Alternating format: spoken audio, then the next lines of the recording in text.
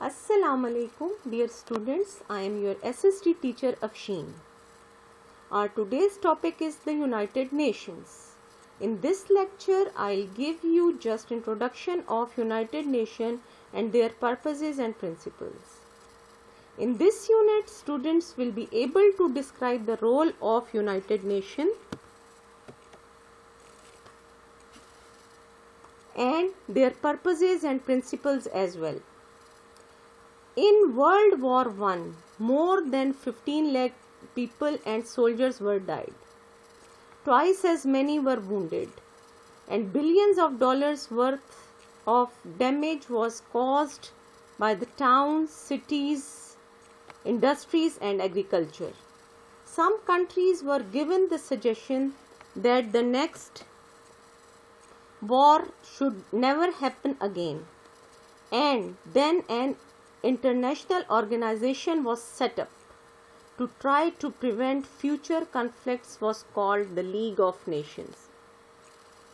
Unfortunately, the world was not ready for such an organization like that, and only 63 nations joined it. USA never joined, nor did Russia for a long time. The League had no forces to control nations and their conflicts. It was totally failed to stop World War II, which broke out only 20 years after World War I has ended. Then it was completely abolished. Then the United Nations came into existence on 24 October 1945. Today, 192 countries are the member of United Nations.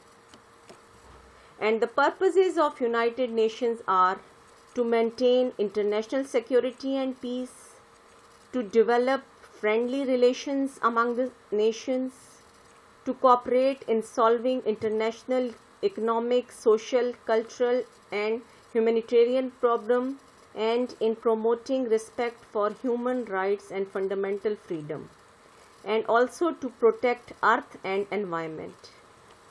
And the principles of United Nations are, it is based on the equality of all the members.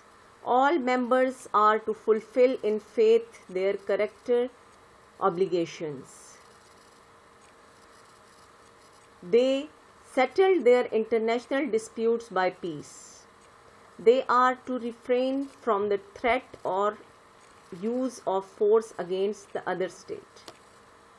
And the United Nations headquarters is in New York. Now, time for the home task. Make a list of the names of the people who have held the position of United Nations Security General in the past along with their dates and tenure. And then send me this assignment on the address given below, which is afshin@chandbaghdg.edu.pk.